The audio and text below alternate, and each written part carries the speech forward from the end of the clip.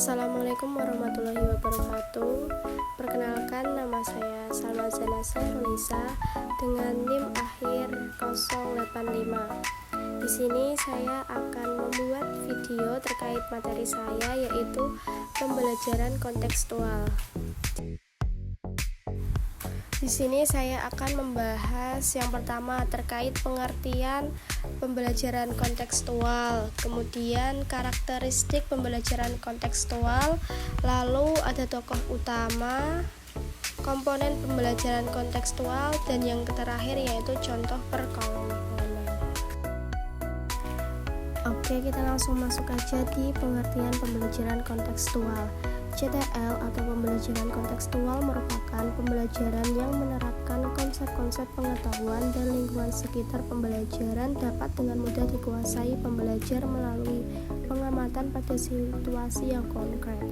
Fokusnya pada learning by doing, bukan hanya menghafal.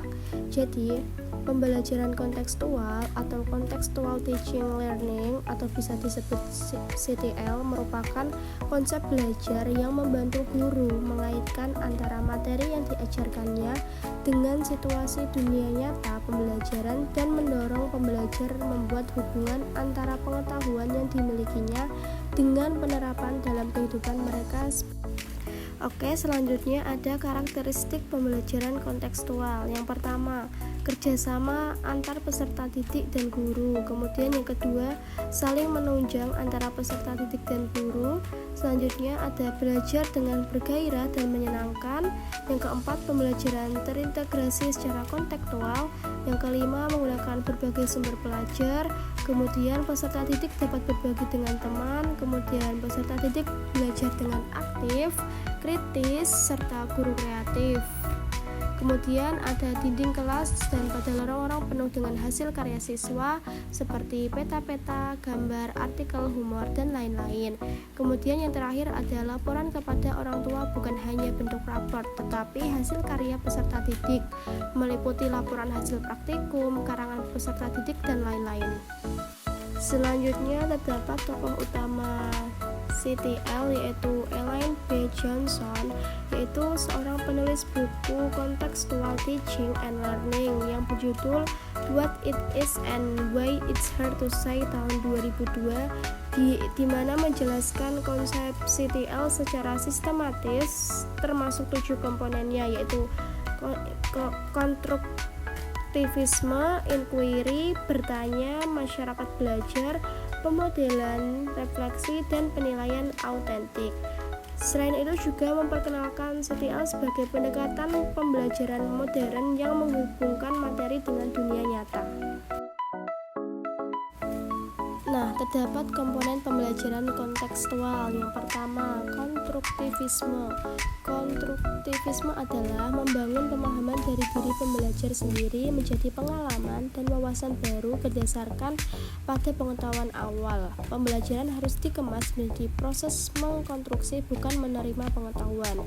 Nah, prinsip konstruktivisme ini yang harus dimiliki guru adalah sebagai berikut, seperti proses pembelajaran lebih utama daripada hasil pembelajaran, kemudian ada informasi yang syarat dan kebermaknaan, kemudian peserta didik mendapat kesempatan seluas-luasnya untuk mengembangkan idenya sendiri. Kemudian yang kedua ada inquiry atau menemukan. Nah, inquiry adalah suatu proses untuk memperoleh dan mendapatkan informasi dengan melakukan observasi dan eksperimen untuk mencari jawaban atau memecahkan masalah terhadap rumusan masalah, terhadap pertanyaan atau masalah dengan mengembangkan kemampuan berpikir kritis dan logis. Sehingga dengan proses inquiry ini, wawasan peserta didik menjadi berkembang, pengetahuan dan keterampilan akan lebih lama diingat apabila peserta didik menemukan sendiri informasi dengan bukti-bukti atau data faktual dan aktual yang ditemukan mereka sendiri. Kemudian yang ketiga ada modeling.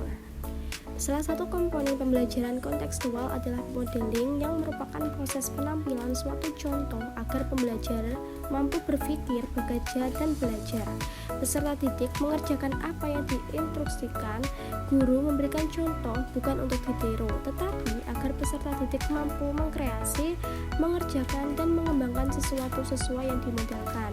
Nah, di sini terdapat prinsip-prinsip komponen modeling yang bisa diterapkan oleh guru.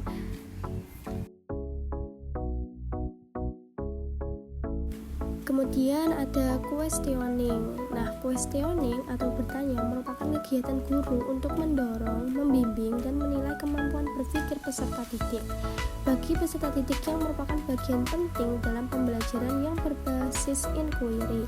Nah, keinginan tahuan peserta didik tentang pengetahuan, konsep, kenyataan yang ditemui di hadapannya tentu saja diperoleh dari proses bertanya. Guru menstimulasi peserta didik agar mampu dan mau bertanya untuk mengembangkan kemampuan berpikirnya. Di sini juga dijelaskan terkait prinsip yang diperlukan guru dalam pembelajaran berkaitan dengan komponen bertanya. Di antaranya, penggalian informasi lebih efektif apabila dilakukan melalui bertanya. Lalu ada learning community. Learning community atau masyarakat belajar merupakan komponen pembelajaran kontekstual yang mengarahkan pada pengaturan pembelajaran secara kooperatif atau bekerja sama untuk mencapai hasil pelajaran yang optimal. Nah, prinsip-prinsip yang bisa diperhatikan seorang guru yang pertama, pada dasarnya hasil belajar diperoleh dari kerjasama atau berbagi dengan pihak lain. Kemudian ada reflection. Komponen ini yang merupakan bagian dari pembelajaran dengan pendekatan CTL yang merupakan perenungan kembali atas pengetahuan yang baru dipelajari. Nah, refleksi adalah cara berpikir tentang apa yang telah dipelajari, mencatat apa yang telah dipelajari, serta memikirkan kebermanfaatan apa yang dipelajari.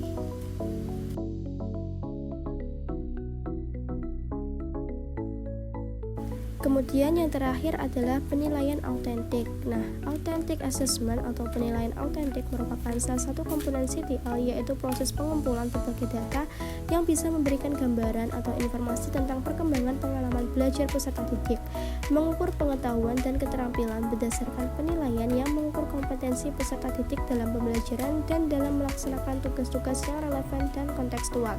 Nah, di sini juga dijelaskan prinsip dasar yang perlu menjadi perhatian guru. Bisa dilihat dan diperhatikan di PPT berikut.